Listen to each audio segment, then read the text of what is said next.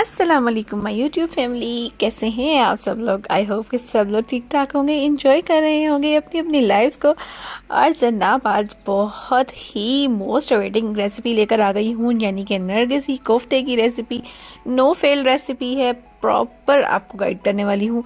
इंशाल्लाह आपको ज़रूर पसंद आएगी, तो जुड़े रहिए मेरे साथ इस वीडियो में और देखिए इस वीडियो में होने वाले मैजिक्स और सीक्रेट्स, जिनसे जनाब आपका नरगिसी कोफ्ता बनने वाला है ज़बरदस्त सा। और देखिए कितना ही मज़ेदार परफेक्ट कोफ्ता बनकर तैयार हुआ है। इंशाल्लाह ज़बरदस्त सी रेसिपी देने वाली हूँ। वीडियो को एंड तक देखना है, स्किप बिल्कुल नहीं करना है। तो जल्दी से स्टार्ट कर लेते हैं। यहाँ पर मैंने ले लिया था कीमा, चिकन का ले सकते हैं, बीफ का ले सकते हैं, जैसा आपको ईजी रहे। और यहाँ पर जनाब हमने जिंजर गार्लिक और ग्रीन चिली का पेस्ट जो मेरे पास बना के रखा हुआ होता है, रेसिपी चैनल पर मौजूद है, परेशान मत होइए।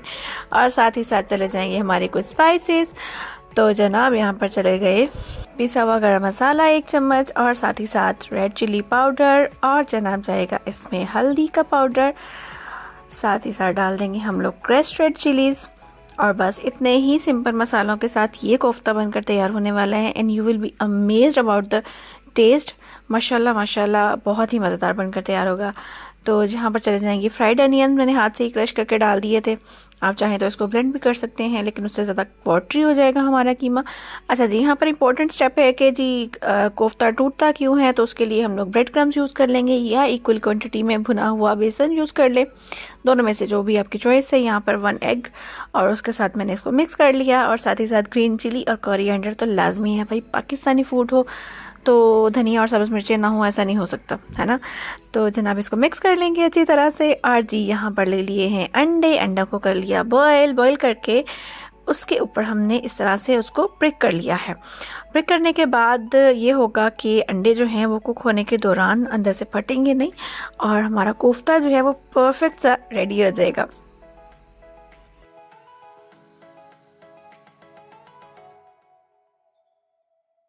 जी तो सब अंडों को ब्रेक कर लेने के बाद अब हमने करना क्या है, अब हमने लेना है हैंड फुल ऑफ मिन्स, यानी कि अच्छा सा पैटी ले लेना है हमने बड़ा सा, उसमें हमने अंडे को कोट करना है। अब आपकी मर्ज़ी है, आपको थिन कोट करना है, आपको थिक कोट करना है, जैसा भी आपको इजी रहे। मेरे इस मिक्सचर में ऑलमोस्ट 6 एग्स बन गए थे, माशाल्लाह से अच्छे थिक कोटेड थे। अगर आपको थिन कोट करना है तो फिर आप उसको अपनी चॉइस के मुताबिक ज़्यादा भी कर सकते हैं, लेकिन आइडियली ये परफेक्ट था। ठीक है, इसने मिक्सचर को 6 अंडों के लिए काफ़ी समझा जाएगा। इंशाल्लाह आपको ज़रूर पसंद आएगा। अच्छा, एक और बात बताना मैं आपको भूल गई, वो ये है कि अगर आपके पास कीमा ज़रा मोटा हो तो फिर आपने उसको मिक्सी में डालकर तो अच्छी तरह से उसको चॉप कर लेना है। ठीक है, तो और हमने यहाँ पर क्रैक फ्री बॉल्स बनानी है। मेक श्योर कि हमारी सारी बॉल्स क्रैक फ्री हों, यानी कि कोफ्तों के ऊपर कोई क्रैक ना हो। इस तरह से कोफ्तों के टूटने का खदशा ज़्यादा होता है। उनको ऑयल में जब हम लोग पुट ऑन करते हैं तो उनको जो है वो बिखरने का ख़तरा होता है, उसके अंदर एयर जाने का ख़तरा होता है। तो फिर उसमें ये होता है कि ऑयल जब अंदर जाता है तो वो टूट जाते हैं। तो एक बहुत ही इंपॉर्टेंट स्टेप आपको बता रही हूँ, बहुत ही इंपॉर्टेंट टिप आपको दे रही हूँ। ये देखिए बिल्कुल परफेक्ट सा स्मूथ सरफेस होनी चाहिए। अगर आपको लगे कि कहीं से ख़राब है तो आप उसको दोबारा से मतलब उसको सेट कर सकती हैं। ठीक है, तो यहाँ पर देखिए जी मैंने ऑयल ले लिया था, उसको हीट अप कर लिया है। बहुत ज़्यादा ऑयल नहीं लिया है मैंने, जैसे इसको शैलो फ्राई करूँगी, लेकिन मैंने हर तरफ से उसको अच्छी तरह से फ्राई कर लिया था। तो इस तरह से जनाब आपकी ऑयल की भी बचत होगी।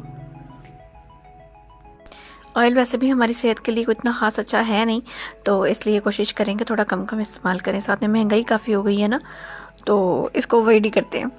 तो जनाब ये पता तो चलती ही रहेंगी, लेकिन अब क्या करें, खाना तो पकाना है ना भाई। लेकिन कुछ टिप्स एंड ट्रिक्स को हमें भी आजमाना चाहिए। जिन चीज़ों को हम डीप फ्राई करते हैं उनको शैलो फ्राई कर लें तो कोई हर्ज नहीं है।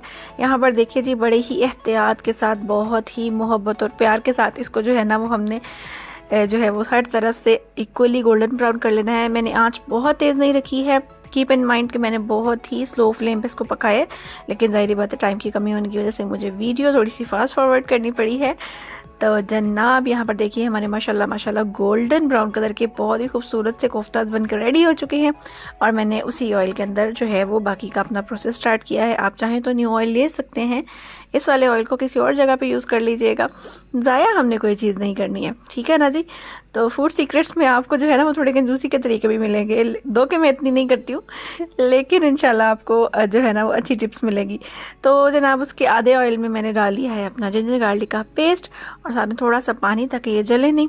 और इसको जनाब अच्छी तरह से हम लोगों ने कर लेना है फ्राई, क्योंकि अभी हमने इसके अंदर डालने हैं मसाला जात, तो फिर इसको जो है वो कुक होना चाहिए। तो यहाँ पर जी मसाला जात आ गए हैं। अब यहाँ पर मैंने ऑप्शनल यूज़ किया है, चाट मसाला कर लें, कढ़ाई मसाला कर लें, जो भी मसाला आपका दिल करता है आप वो इसमें ऐड कर सकते हैं। तो मेरा फेवरेट मोस्टली होता है करीज़ में डालने के लिए, मैं कढ़ाई मसाला 1 चम्मच के करीब यूज़ कर लेती हूँ।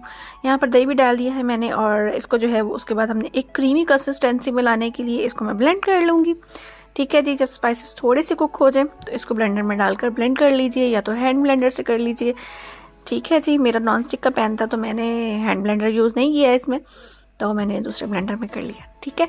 नॉन स्टिक के पैन के अंदर कभी भी आप स्टील के चम्मच यूज़ ना करें, इससे आपके नॉन स्टिक की या आपके मार्बल कोटेड जो भी आपका पैन है वो ख़राब हो सकता है। तो आपने हमेशा देखा होगा कि मैं अपनी वीडियोस में हमेशा लकड़ी का चम्मच इस्तेमाल करती हूँ, इसकी एक अपनी अफादियत है।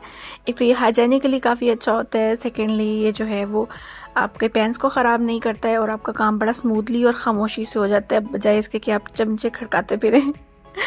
तो बातें तो होती रहेंगी और बातों में जनाब करी हो गई है तैयार, और करी के साथ मैंने डाल दिए हैं कोफ्तों को बस 10 मिनट के लिए मैंने लो फ्लेम पर पकाया। इस स्टेप पर आप यहाँ पर चाहें तो पानी ऐड करके थिन करी बना सकते हैं। तो लीजिए जी बहुत ही मज़ेदार, बहुत ही शानदार नरगिसी कोफ्ते बनकर हो चुके हैं रेडी। और ये इतने मज़ेदार थे कि आपको क्या बताऊँ। आपने जब ये ट्राई करने हैं तो ये आपको पता चलेगा ना भाई, और जब ट्राई करें अच्छे लगे ना लगे मुझे कमेंट सेक्शन में ज़रूर बताना है कि ये कैसे बने थे आपके।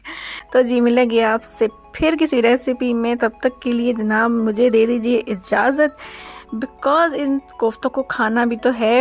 इतनी यमी से कोफ्ते बनाने के लिए भाई छोड़ थोड़ी ना देंगे। इंशाल्लाह जी मिलेंगे फिर किसी वीडियो में, तब तक के लिए अल्लाह हाफिज़।